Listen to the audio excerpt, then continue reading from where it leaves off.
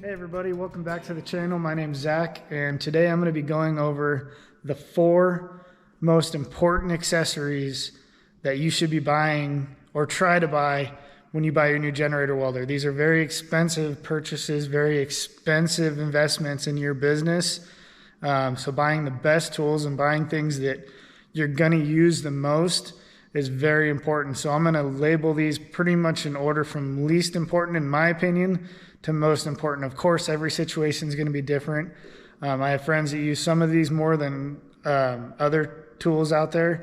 One of these I've never even used, and I'll explain that. But I think it's good to have in your arsenal just in case you do need it. So let's dive right into this video, and we'll start talking about some of the things that might be your first purchases to go along with your generator welder. If you follow my channel, you can see that just recently I did a video of a 100-hour review of my Lincoln 330 MPX. This welder is about 1.5 years old now. Did about a 100-hour review on it. You can go back and watch that video. But this isn't a review of the welder. This is just talking about things that I think are important to buy with the welder.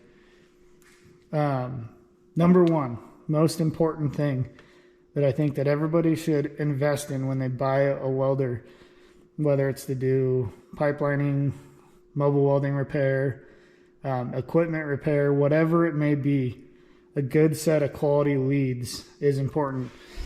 If you're not familiar, if you don't have leads, this is just a big expensive generator that you can run a welder on it. I've run Miller 252s off of it. I've run big Miller MIG welders. I've ran my Tig welder off of it. It does work as a generator. But for the newbie that's looking at buying one of these, the one thing that these things do great is being able to string way out and run these leads to weld any of your accessories. You can hook any of these accessories I'm going to show you up to this today. Now the size lead that you get and the length of the lead that you get is really going to be up to you and up to your decision and the situation that you're in. Right here I have 2 60-ish foot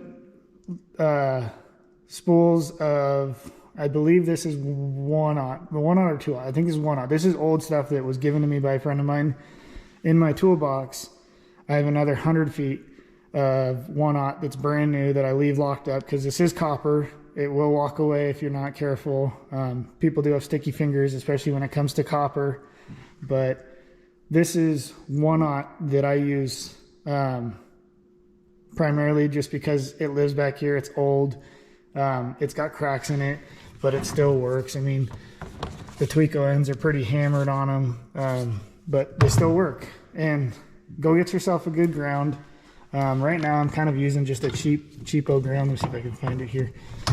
There it is. I'm just using a cheapo ground, just a basic squeeze ground. I have a hard clamp one that actually hooks right into the Tweako, and I'll show you that. And then I just bought your typical Tweako 220 amp stinger. I don't do a lot of stick welding, but it's always good just to have one. Have a box of 6010, have a box 7018. Practice with it, get familiar with it. Just good to have around. Now, when looking for the right kind of lead, this is not the best lead that you can get. This is old lead. Like I said, someone gave me this lead. That's why I use it. It's free. But I do plan in the future on investing in maybe it's called Ultra Flex. Some of you guys know what that is. It's an orange lead. In my opinion, it's the best lead on the market right now. Super flexible, super durable. But for a 100-foot reel of it, or I think a 200-foot reel of it, so I have 200 footers, is like $1,500. It's not a cheap investment, but it's an investment in your business. It's a tax write-off. It's all of that. So buy wisely, spend wisely. Don't be afraid to go used when you're just starting off like I did. Like I said, these are used reels or used leads, and they work great. I've been using them for 1.5 years now. I've had 0 issues. No ground arcing, no weird anything happening. So that's most important. Number 1, get yourself some good quality leads. Depending on how much amperage you're welding will determine the size and how far out you want to go, and what your machine's capable will determine what you're able to run at the end of it. So this is number one. I just realized I said that I'm going to do this from least important to most important, and I started with the most important. Ignore that. So we're going to start with the most important and go to the least important. So the second most important thing that I use the most is a wire feeder. I do a lot of mobile welding repair. I do a lot of on-site welding, and I like to run hard wire with gas just because it's easier to use. I've ran dual shield. I've ran flux. They all work out of these. Your LN25, your Miller suitcase welders, I think they're like Active 8X, and there's an Active 12, I think is the name of the Millers. I've welded with both of those. Those are great welders. I went with something that was new on the market, and it's the Active 8X.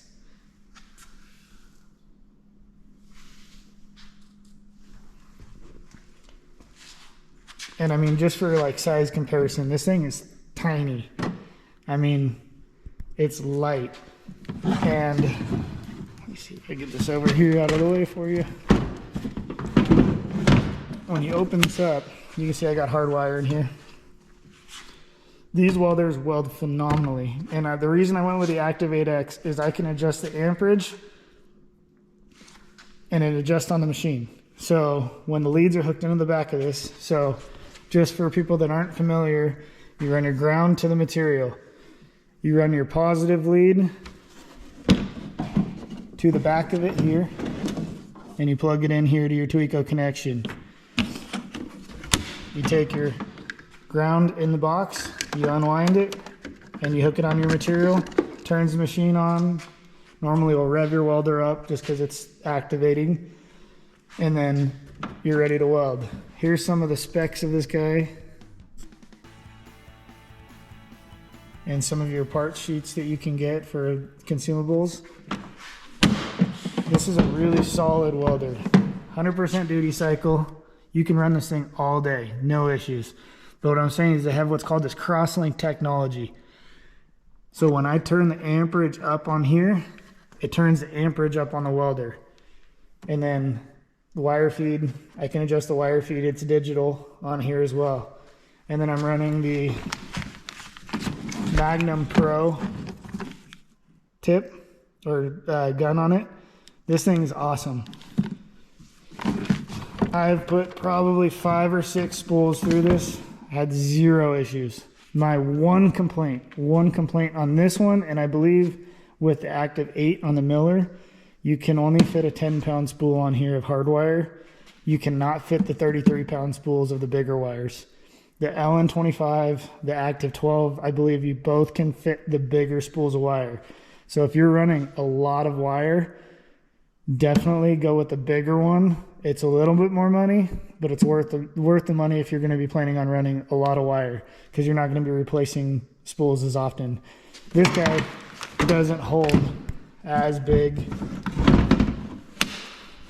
of a spool. This is just like your typical 10-pound spool that you can buy at any of your welding supply stores, Tractor Supply, whatever. It doesn't hold the big spools that, like, say like your bigger 251s, 252s hold. The big 33, I think they're 33-pound spools. So if you're welding a lot, definitely go with the bigger one. But these things are awesome. Game changer all around. Weld all day with them, no issues. So that's number 2. That's the second biggest thing that I use every day. Just for full transparency, none of this was given to me. I am not sponsored by Lincoln. I'm running all Lincoln because it all works together in conjunction with this machine specifically, but I'm not sponsored. I bought all this with my own money. These are just my opinions, my reviews, my personal thoughts of this equipment and what I think is most important when you buy your first welder generator. So let's go into the third most important thing. And this one, I've actually never used. I've used other people's, but I bought one for myself and I just haven't ran into a situation where I've actually needed it. And that is the aluminum spool gun. You can run hard wire through it, but it's essentially made for running aluminum. And it is the the Magnum Pro 250LX. And this is not a cheap gun. I think it was like $1,200 or $1,300. It's made by Lincoln. It's got, I believe, this one has a 25-foot lead on it. So all this hooks in. So if you look right here, this has got a pigtail that hooks right up underneath there. I think you can see it right here, this little connection. Let's see if I can get up in there for you. So right up there. And then this, I need to cut that off because like I said, I have not used this, but I'd cut this off, put a Tweco connection so it hooks right in my positive. And then this is for your argon. If you're running aluminum, you plug this right into your regulator. This is super critical, maybe if you're working on boats or in a setting where there's a lot of aluminum, maybe some aluminum catwalks. This is a really cool tool to have. And I mean, I have a bag down here that has wire, it has consumables, I have some extra tips for it.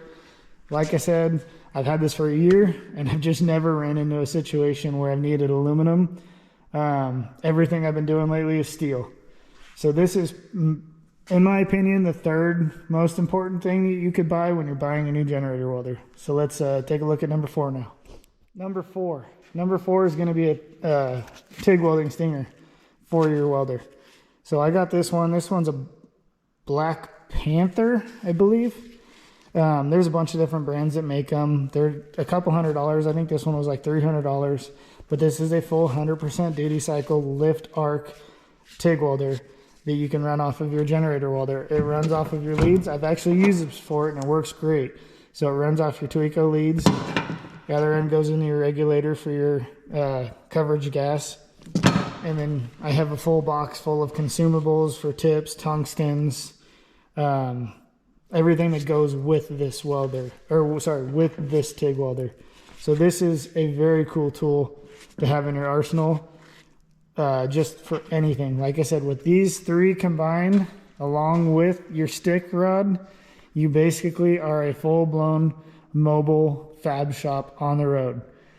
I have a couple of chop saws and I have a couple cold chop saws that I'll do reviews on later, and a couple of cold skill saws that I use for cutting material.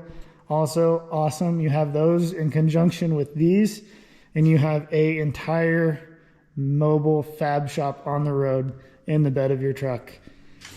I'm not a big fancy guy. I don't have one of those crazy pipeliner tub beds. I have a work pickup truck. I have an old 2003 F-250 with 160,000 miles on it, and it runs great, makes me money. You don't need to go crazy. Invest in your tools first before you go making everything else look fancy. It's a huge benefit down the road when you show up to a job site and you have the right tools for the job. People really appreciate that. So those are the 4, I guess that's 4, 5 if you include the stinger, but those are the 4 most important things I think you should be buying when you buy your generator welder.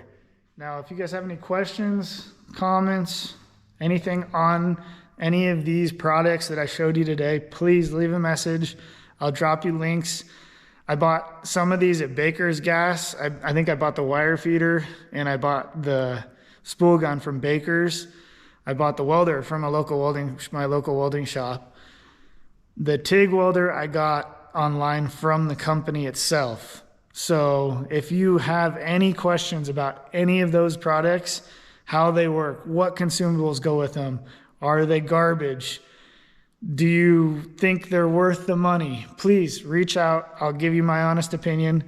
I don't want to bore you guys with a crazy long video on specs and everything else on these because there's so much. I could do individual videos, or if you guys want individual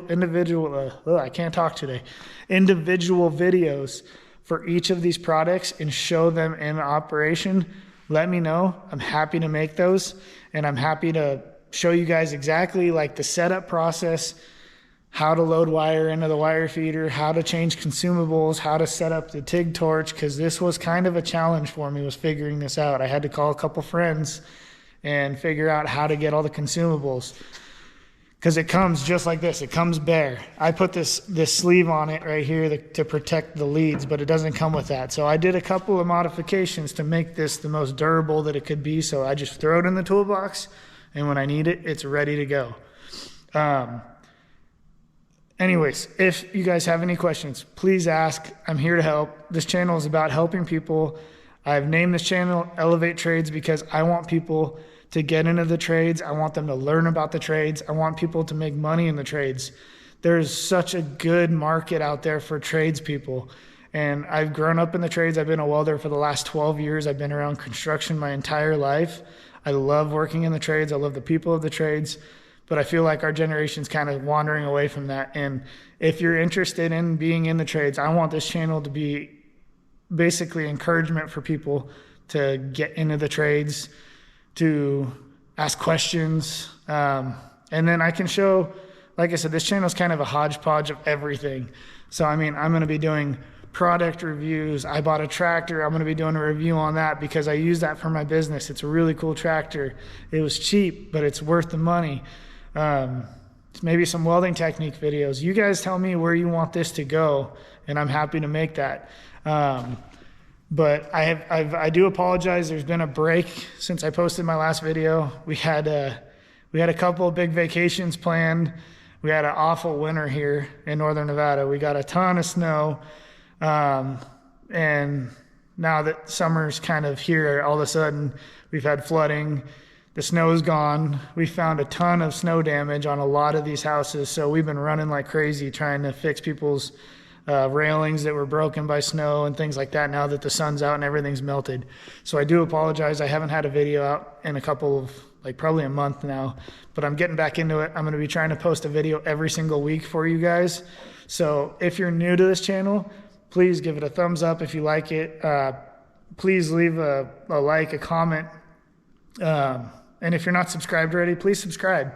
Like I said, we're trying to get out to as many people as we can, try and show the world that it's not that hard to get into the trades. And I specify in welding. So if you're looking at getting into being a welder, or if you're looking at getting into fabrication, or if you don't know anything about it and you just have questions, please feel free to like, subscribe, ask questions.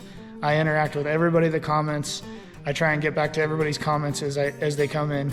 And as always, I appreciate you guys watching, and we'll see you on the next one.